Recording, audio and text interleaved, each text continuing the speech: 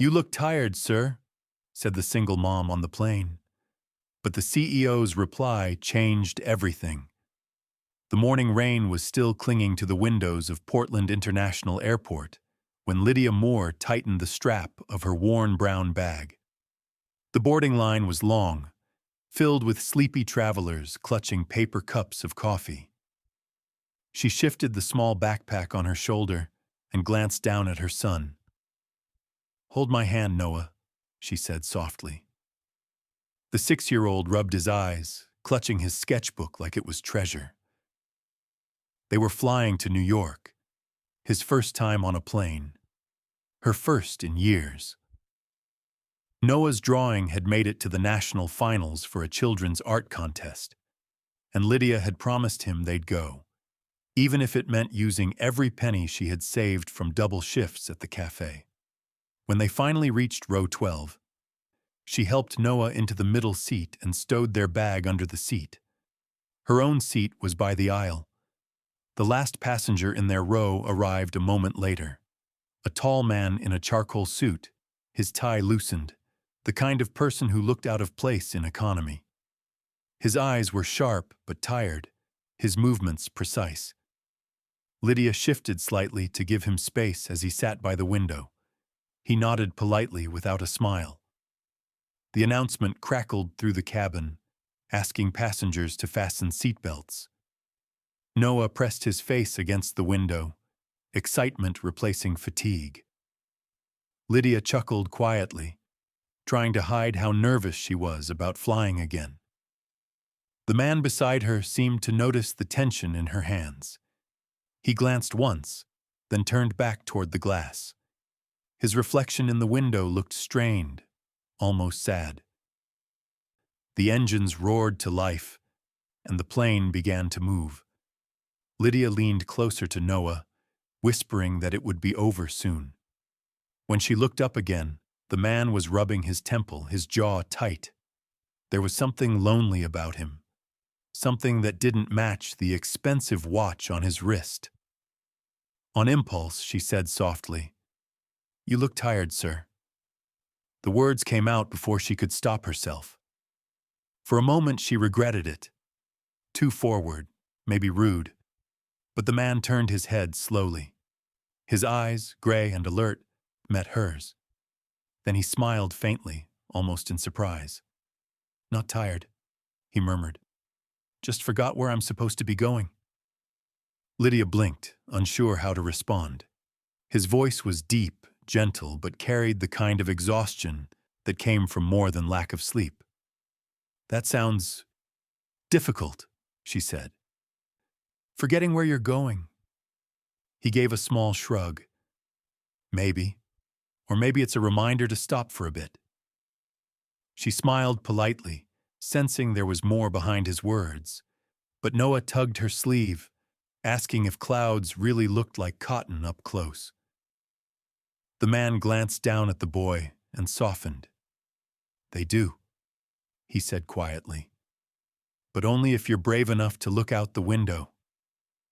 Noah giggled and turned back toward the glass. For the next few minutes, silence returned, broken only by the hum of engines and the rustle of magazines.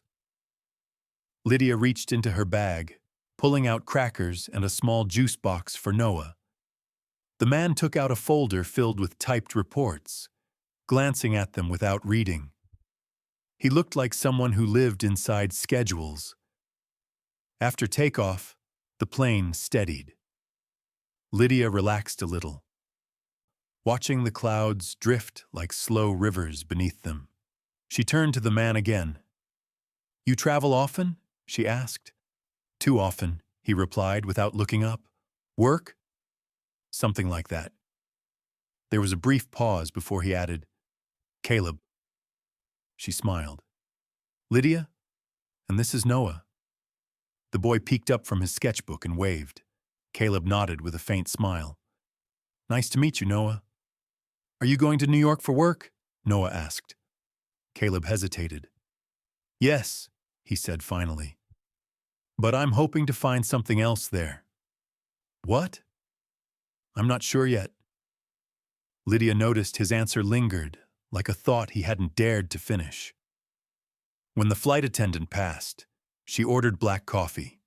He accepted it, held the cup without drinking. His fingers trembled slightly.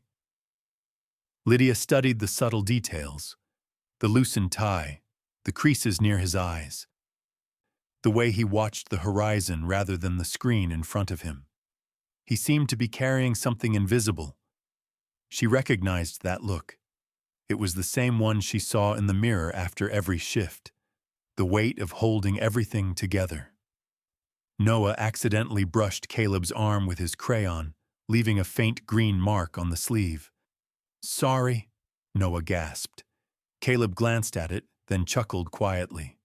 "That's all right. Add some color." Lydia exhaled a small laugh, relieved he wasn't angry. For a fleeting second, the tension eased between them. Outside, sunlight pierced through the clouds, flooding the cabin with warm light. Caleb leaned back, his eyes half closed, and Lydia noticed how the light softened the sharp lines of his face. Something about him looked different now, less unreachable, more human.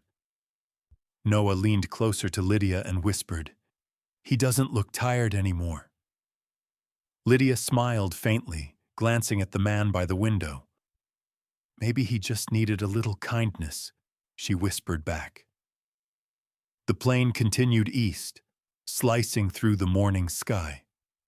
The flight leveled above the clouds, and the city beneath them disappeared into white. The hum of the engines softened into a steady rhythm that almost felt like rain. Lydia finally relaxed against the seat, though her hands still rested on Noah's knee. He was wide awake now, his excitement returning after the shaky takeoff.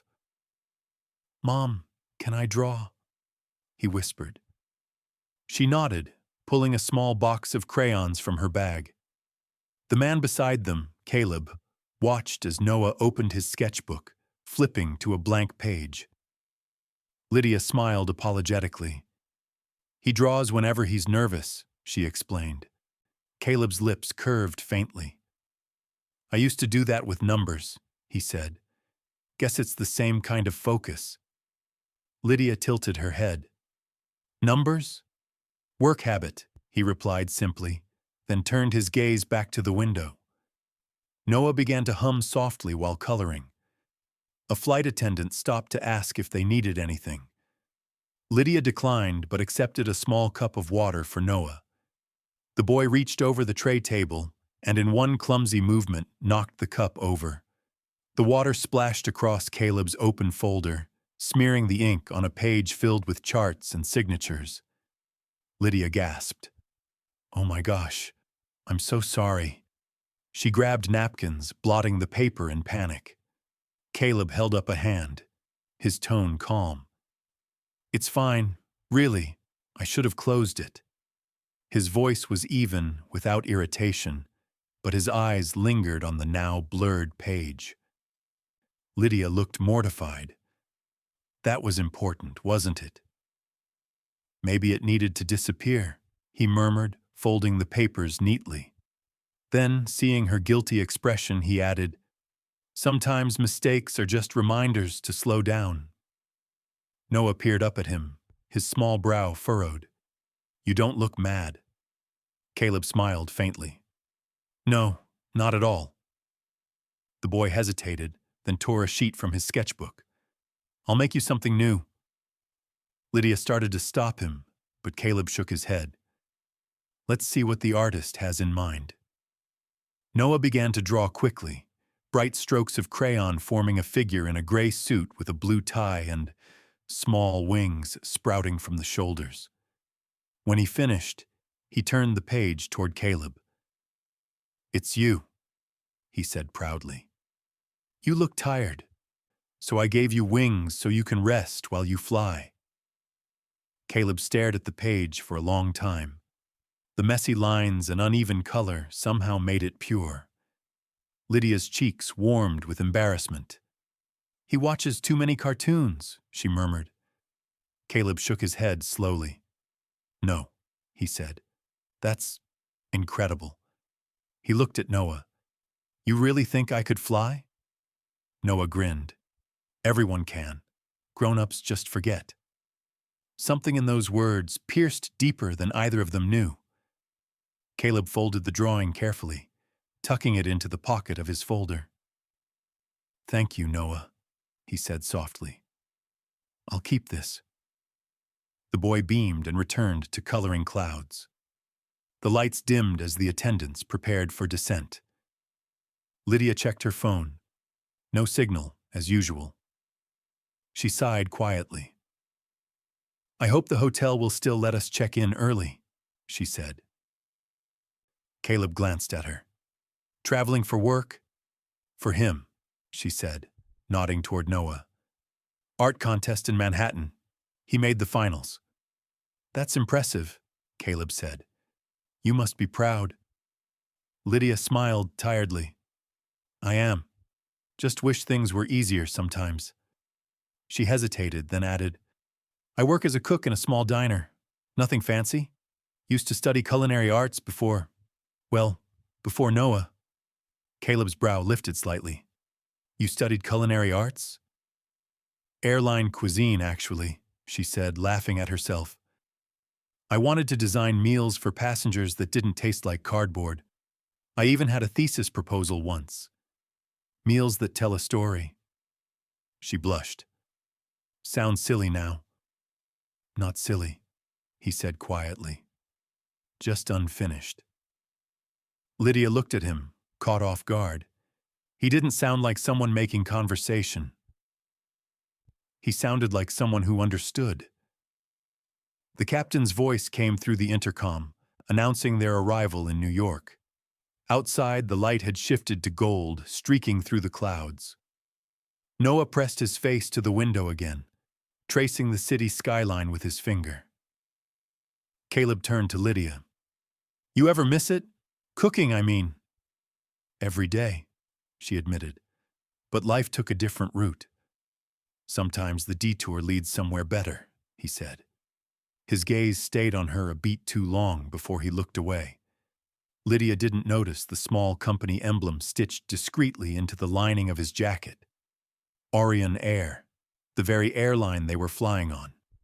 The wheels touched down, a soft jolt pulling everyone back to reality. Passengers began reaching for overhead bags. Caleb remained seated, waiting for the rush to thin. Lydia gathered Noah's things, tucking his crayons and sketchbook away. When she turned, she saw Caleb looking at the folded drawing again. You really kept it, she said softly. It's a good reminder, he replied. Of what? That people still see you when you forget how to see yourself. The seatbelt light went off. Lydia smiled faintly, unsure how to respond. Good luck with your work, she said, and with remembering where you're going. Caleb nodded, his voice low. You too, Lydia. He watched as she lifted Noah's bag and guided him down the aisle. The little boy waved once before disappearing into the line. Caleb stayed seated for a moment longer, the drawing still in his hand. On the page, the crayon figure with wings looked like it might take off any second. He folded it carefully and slipped it into his coat pocket before standing. The hum of the engines faded behind him, but the echo of a small voice lingered. Everyone can fly. Grown-ups just forget. The morning sun over Manhattan gleamed on the rows of white tents that filled the city plaza. Lydia held Noah's hand tightly as they walked between the booths, the smell of fresh paint and popcorn mixing in the air. She'd barely slept after the flight. Between the subway ride, a tiny hotel room with a flickering lamp, and Noah's endless excitement about the art fair, she hadn't had time to think about anything else, especially the man from the plane. But his words still echoed in her mind. Sometimes the detour leads somewhere better. She tried to shake it off. This day was about Noah.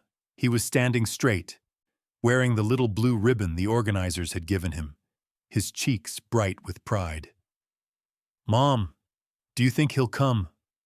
Noah asked as they hung his drawings on the display board. "Who?" she asked, pretending not to know. "The man with the wings," he said.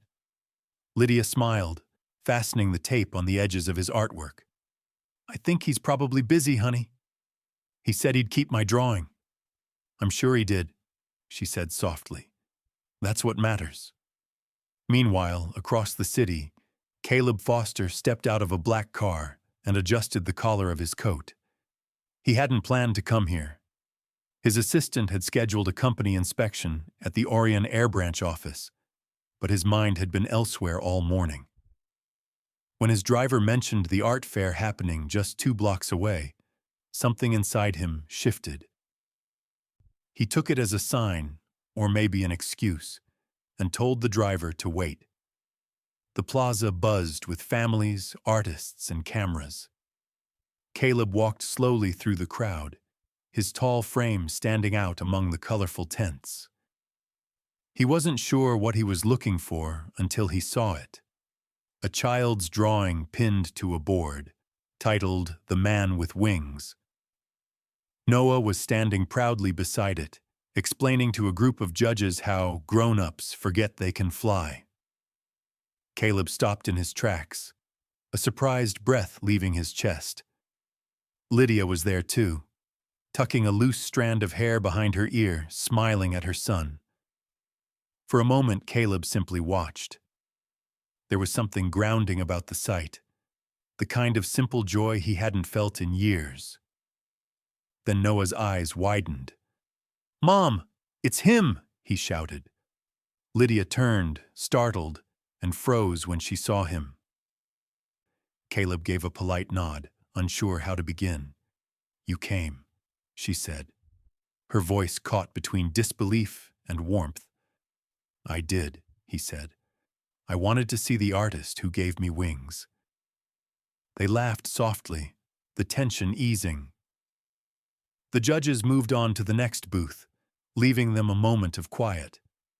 Lydia bent to Noah's level. "Why don't you show them your other drawings, sweetheart?" she said. Noah grinned and darted off toward the coloring table. She turned back to Caleb. "You really kept it?" "Of course," he said, tapping the inside of his coat pocket. "Still folded right here." "He'll be thrilled to hear that." "I'm not sure I've ever met anyone like him," Caleb admitted. "Or like you." Lydia smiled faintly. "You probably meet a lot of people, Mr. She hesitated, realizing she didn't even know his last name. "Foster," he said quickly. "Caleb Foster." The name didn't ring any bells to her, though if she had looked closely, she might have recognized it from the Orion Air logo printed across the sponsor banners above the plaza. "Well, Mr. Foster, I'm glad you came. It's good for Noah to see that kindness matters." "You've done a good job with him," Caleb said quietly. "He sees people the way most adults can't." She nodded, her eyes softening. "Kids don't filter things. They just feel. Maybe we all forget how to do that." Caleb glanced around the fair, watching families cheer and vendors clap for small awards. For a man who lived in boardrooms and glass towers, this was a different kind of success. Messy, loud, human. "What about you, Lydia?" he asked suddenly. "Do you still dream about cooking?" She gave a small laugh. "Dreaming doesn't pay hotel bills. But yes, sometimes." "You said you studied culinary arts, right? Airline cuisine?" Her brow furrowed slightly. "You remember that?" "I remember everything about that flight," he said simply. Then, catching himself, he added, "I actually know someone running a culinary innovation program here. They're looking for creative chefs. Maybe you should try." She shook her head. "I don't think they'd take a single mom without a degree." "They might surprise you," he replied. Noah came running back, holding a small certificate of participation. "Mom, I got a ribbon!" Lydia laughed and knelt to hug him.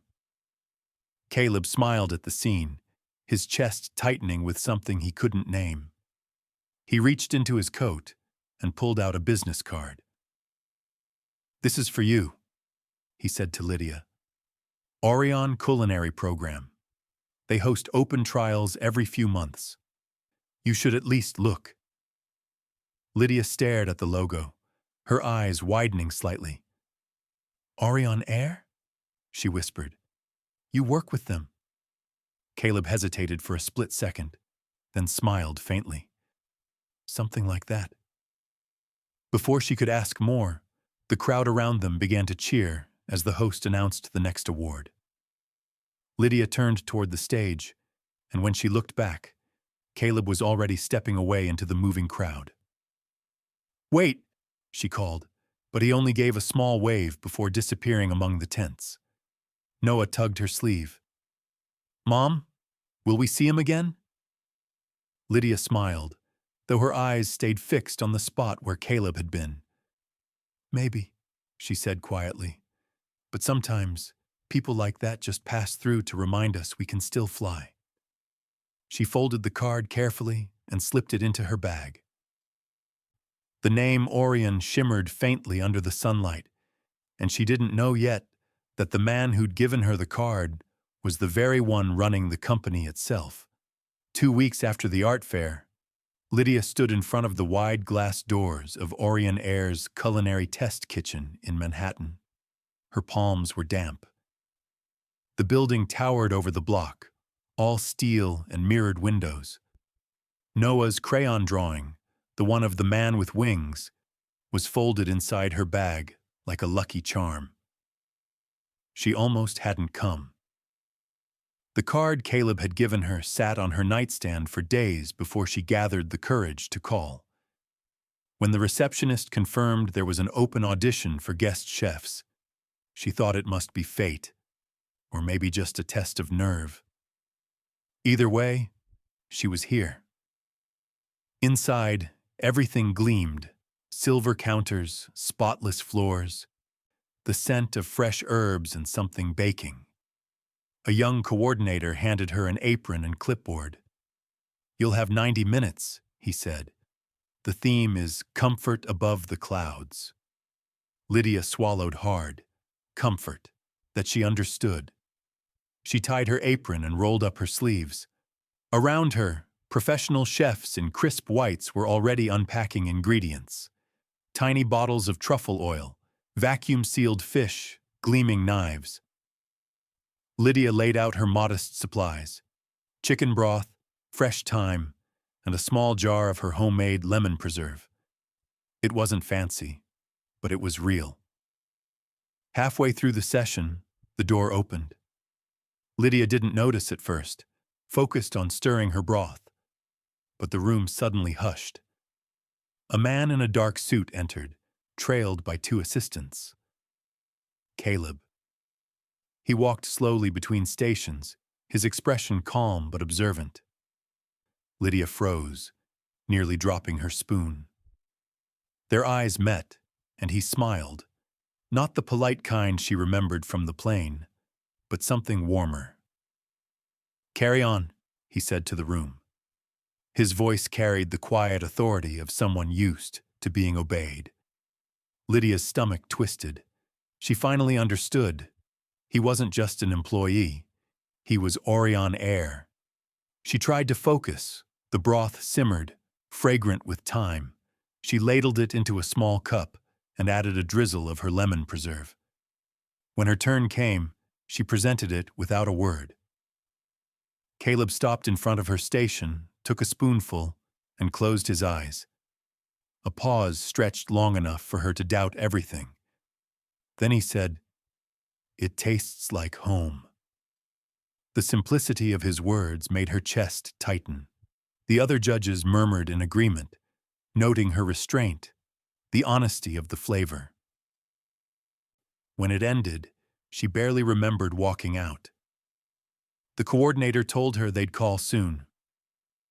Caleb waited near the lobby, hands in his pockets. "You didn't tell me you were auditioning," he said. "You didn't tell me you ran the place?" she countered. He looked sheepish.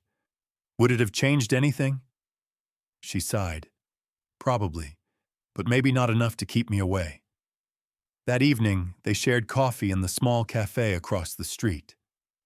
It was the first time Lydia had sat down without hurrying in months. Noah was with a neighbor back home, and for once, she wasn't thinking about bills or shifts. Caleb asked about her diner job, about the recipes she loved most. She asked about his travels, his family. He spoke little of himself, except to admit, "Lately, I've been learning how to listen instead of just lead." She smiled at that. "That's harder than cooking," she said. "Depends on the kitchen," he replied.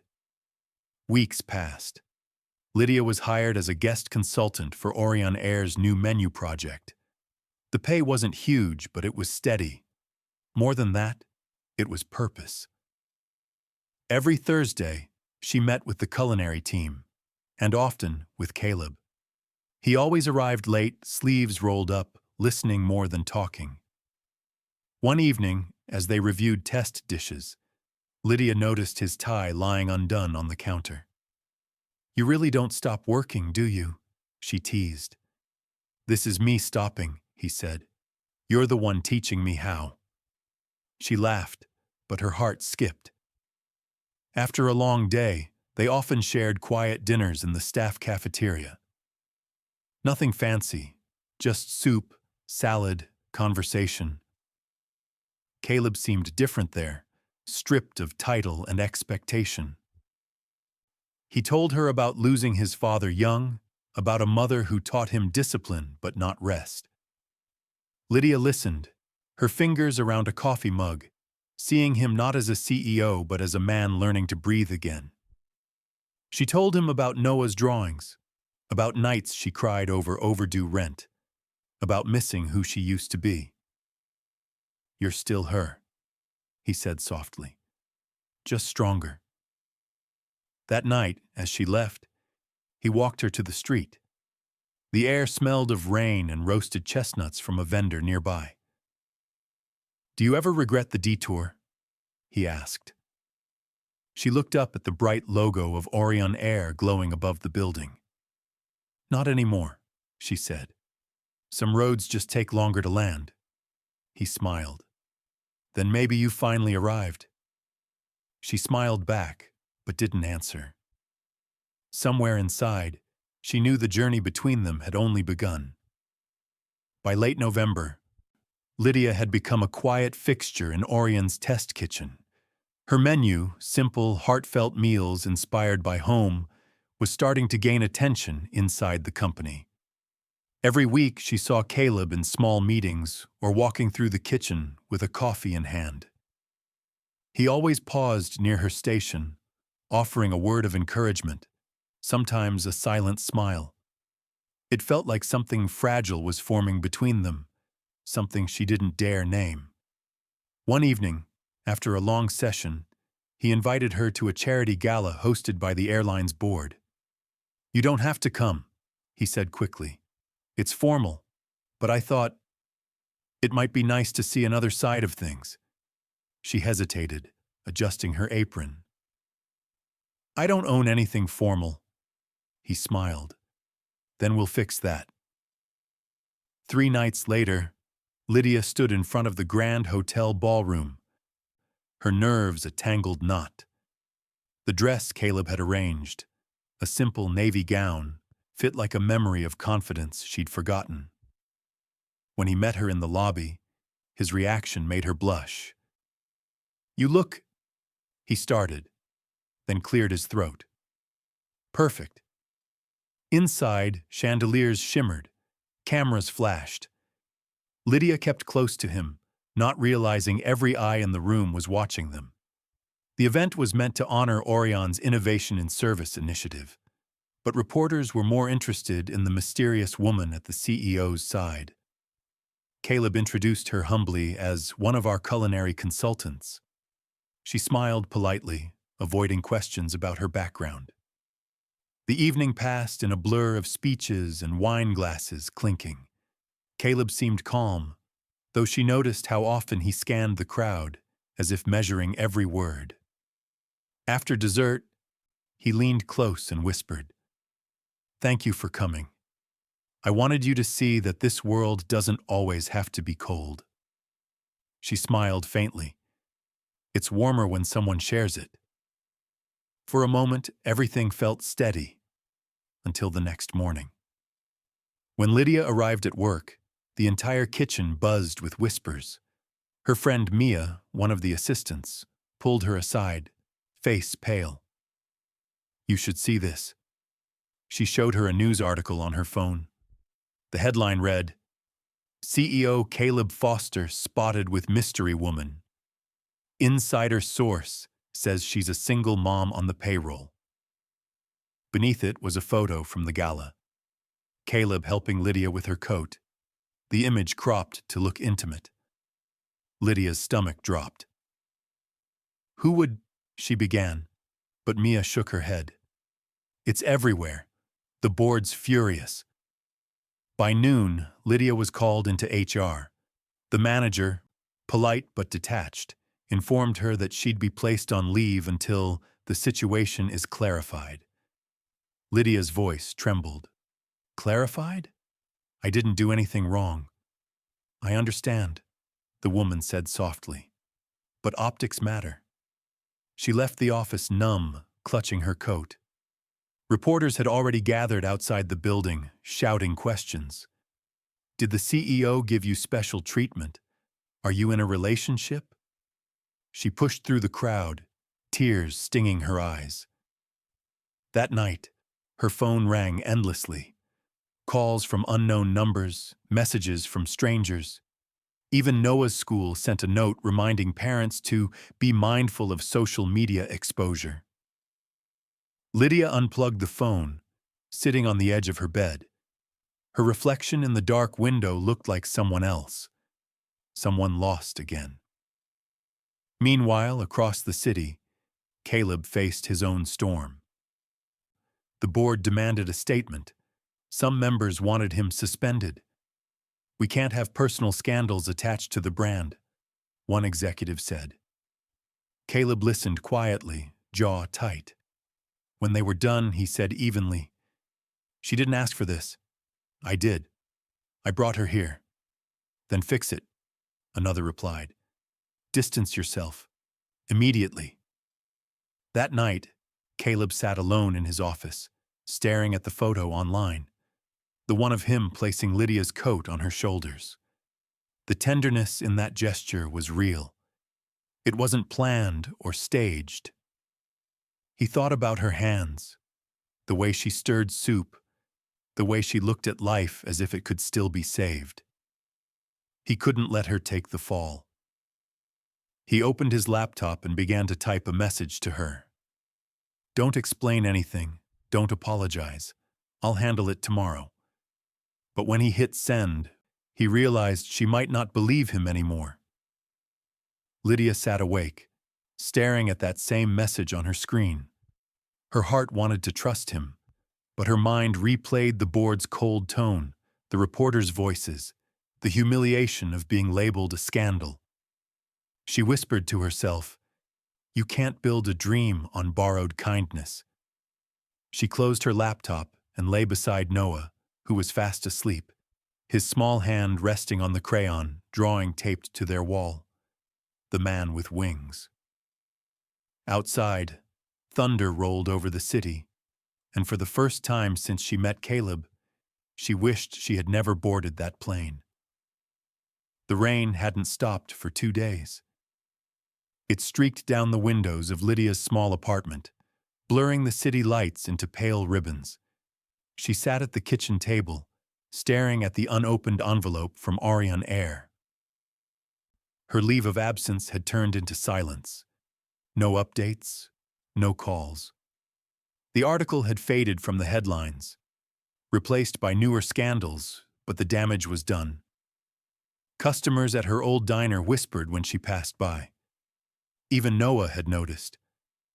"Mom," he said one night, "are you sad because people said mean things about you and the nice man?" Lydia brushed his hair back gently. Sometimes people say things they don't understand, she said. But it's okay. We'll be fine. She smiled, but it didn't reach her eyes. Across the city, Caleb Foster sat in the boardroom of Orion Air, his tie undone, exhaustion etched into every line of his face. The board was waiting for an explanation. One of the senior executives slammed a folder shut. This could have been avoided if you'd just distanced yourself. We need a statement by morning. Caleb stood slowly. You'll have it tonight, he said, his voice calm but certain. He left before they could argue. Outside, the night air hit him like a reminder. Cold, heavy, real. He'd spent weeks buried in silence, thinking that protecting Lydia meant keeping her out of sight. He'd been wrong. Hiding her had let others define her story. The next morning, the news spread fast. Orion Air's CEO would hold a press conference at 10 a.m. to address recent events and unveil a new company initiative. Lydia saw the alert on her phone while packing Noah's lunch. Her stomach twisted. You're going to watch, right? Noah asked. She hesitated. I don't know, honey. You should, he said. Maybe he'll fix it. His small faith made her heart ache. At 10 sharp, the conference streamed live on every major network. Lydia sat on the couch, coffee gone cold in her hands. The screen showed Caleb standing behind a simple podium. No background banner, no branding, just a white wall and a microphone. He looked tired but resolute. A few weeks ago, he began, a story circulated about a woman who works for this company, about what she means to me and what she doesn't. I want to tell you the truth. The room fell silent. She is a single mother, a chef, and one of the most talented people I've ever met. She didn't ask for attention or favor. What she gave us was something this company had forgotten: heart. Lydia's breath caught. Caleb continued. The truth is, we've spent too long talking about innovation while ignoring compassion. So today, I'm announcing the launch of SkyCare, a program to support single parents in the aviation industry. Training, scholarships, flexible schedules, real chances to rebuild dreams. He paused, scanning the room. If that makes me unfit to lead, then I'll step down, knowing I did one thing right. Cameras clicked, journalists shouted questions, but he didn't flinch. I won't take questions, he said softly. The story isn't about me. Then he stepped away from the podium and left. Lydia sat frozen, tears running unchecked down her face. The reporters kept talking, debating whether his move was resignation or revolution, but none of that mattered. He had given her dignity back, not in secret, but before the world. That evening, her phone buzzed with a message from an unknown number. Outside, under the old sign. She hesitated only a second before pulling on her coat. The rain had slowed to a mist. When she reached the corner cafe where they'd once met for coffee, he was there, without security, without pretense. His suit was damp, his hair windblown, but his eyes were clear. You shouldn't have done that, she said, voice trembling. You'll lose everything. He shook his head. I already lost what mattered most when I let them silence you. I wasn't protecting you, Lydia. I was protecting my comfort. She swallowed hard. And now? Now I'm done hiding. They stood under the awning as the rain thickened again. Cars hissed by, the city moving as if nothing extraordinary had happened. Caleb reached into his pocket and unfolded a small, wrinkled drawing. The man with wings. The crayon lines were smudged, the paper soft with age. Your son gave this to me, he said quietly. He told me grown-ups forget how to fly. I think he was right. Lydia blinked through tears. He still believes you can. Caleb smiled faintly. Then maybe I'll start believing too. He handed her a new envelope, this one crisp, sealed with the Orion emblem. It's an offer, he said, to lead SkyCare's culinary branch. It's your program now. Lydia stared at him, speechless. Why me? She whispered. Because you remind people that kindness isn't weakness, he said. It's fuel. For a long moment, they said nothing. The city lights reflected on the wet pavement, painting them in streaks of gold and silver. Finally, Lydia took the envelope and tucked it close to her chest. You're still tired, she said softly. Caleb laughed under his breath. Not anymore. 3 months later, spring returned to the city.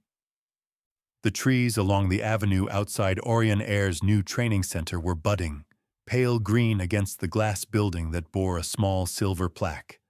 SkyCare Initiative, empowering single parents in flight. Lydia stood inside the bright lobby, hands clasped, watching a group of trainees in aprons file past the front desk. Some were young, others older, mothers and fathers balancing classes, part-time work, and dreams they'd thought were over. She saw herself in all of them. A quiet smile tugged at her lips. It had been a whirlwind since that rainy night. Caleb had kept his promise. He stepped down as CEO and took on the quieter role of program advisor, pouring his time into building SkyCare from the ground up. Lydia, against her own disbelief, became the head of the culinary branch. She spent her days testing recipes, teaching workshops, and helping parents rediscover their confidence through food. The chaos of the scandal was gone, replaced by a steady rhythm of work that felt meaningful. Still, she hadn't seen Caleb in weeks. He'd been traveling, negotiating new partnerships, attending conferences, and though he called sometimes, their conversations were brief. Today was the first full launch of the SkyCare training program. The press was outside, and Lydia's team was setting up the buffet. She walked between the counters, checking details. Fresh herbs, folded napkins, the aroma of lemon-thyme broth wafting through the air. One of the trainees, a young father, stopped her. Chef Moore, Mr. Foster's here. She turned, and there he was, Caleb, standing at the door, sleeves rolled, tie missing, looking both exhausted and alive. For a heartbeat, everything went quiet. He crossed the room toward her, smiling. Smells like home, he said. It's your recipe, she teased. You taught us that comfort travels. You perfected it, he replied. As the press conference began, cameras flashed while Lydia stood beside Caleb. He introduced her not as a former scandal, not as a symbol, but as the woman whose kindness redefined how this company treats its people. Lydia's heart swelled. When it was her turn to speak, she kept it simple. We're not here to erase mistakes, she said. We're here to turn them into something better. SkyCare is proof that second chances can fly too. The room erupted in applause. Caleb caught her eye and mouthed, "Well said." Later, when the crowd thinned, Lydia slipped away to the terrace overlooking the runway. Planes rose into the blue horizon, their engines soft like distant thunder. Caleb joined her, resting his arms on the railing. You know, he said, 3 months ago I thought everything was falling apart. Turns out it was just taking shape. She looked at him, sunlight reflecting in his gray eyes. Funny how that works. You gave me the courage to be human again, he said. You gave me back my wings. She shook her head. No. You just remembered how to use them. They stood quietly for a while. A gust of wind lifted a strand of her hair, and he reached out instinctively, tucking it behind her ear. I owe you an apology, he said softly. for letting fear make me forget what matters. She smiled gently. You already made it right, Caleb. Still, he said, if you'll let me, I'd like to stay. This time, without hiding. His voice trembled slightly, and Lydia felt something inside her unclench. You don't have to promise anything, she whispered. Just don't disappear. I won't, he said. The glass doors opened behind them, and Noah ran out, waving a paper airplane painted with bright blue wings. Mom! Mr. Foster! It flew all the way to the gate! He shouted. Caleb crouched, catching the boy's excited grin. Looks like you're the real pilot here, he said. Want to help me design a new logo? Noah's eyes widened. Really? Caleb winked. Really? Lydia watched them, laughter bubbling up, soft and full. As the sun dipped lower, turning the runway gold, Caleb straightened and held out a small envelope. This is for you, he said. Inside was a single boarding pass embossed with the SkyCare emblem. The destination line read, Portland, home flight 001. Lydia looked up, confused. What is this? The first official SkyCare route, he said. It's your menu on that flight. You should be there when it takes off. She bit her lip, eyes glistening. You planned this? You inspired it, he said simply. When the boarding announcement echoed from the loudspeakers, she looked out over the tarmac. A new Orion aircraft shimmered in the distance, painted with a faint image near the nose, a small emblem of wings sketched in crayon style. Noah gasped. That's my drawing. Caleb smiled. I told you everyone can fly, remember? The three of them stood there, hand in hand, watching the plane rise into the fading light. For a long moment, none of them spoke. The wind carried the faint scent of lemon and thyme, the same warmth that had started it all. Lydia turned to Caleb. You're not tired anymore, are you? He looked at her, eyes soft with meaning. No, he said. Thanks to you, I finally know where I'm going. The engines roared as the plane disappeared into the sky. Lydia exhaled, her heart full. Sometimes, she thought, the smallest kindness could start a journey you never expected. If you believe a single act of compassion can lift someone higher than fear ever could, like, share, and subscribe to Midus Stories, where kindness always finds its wings.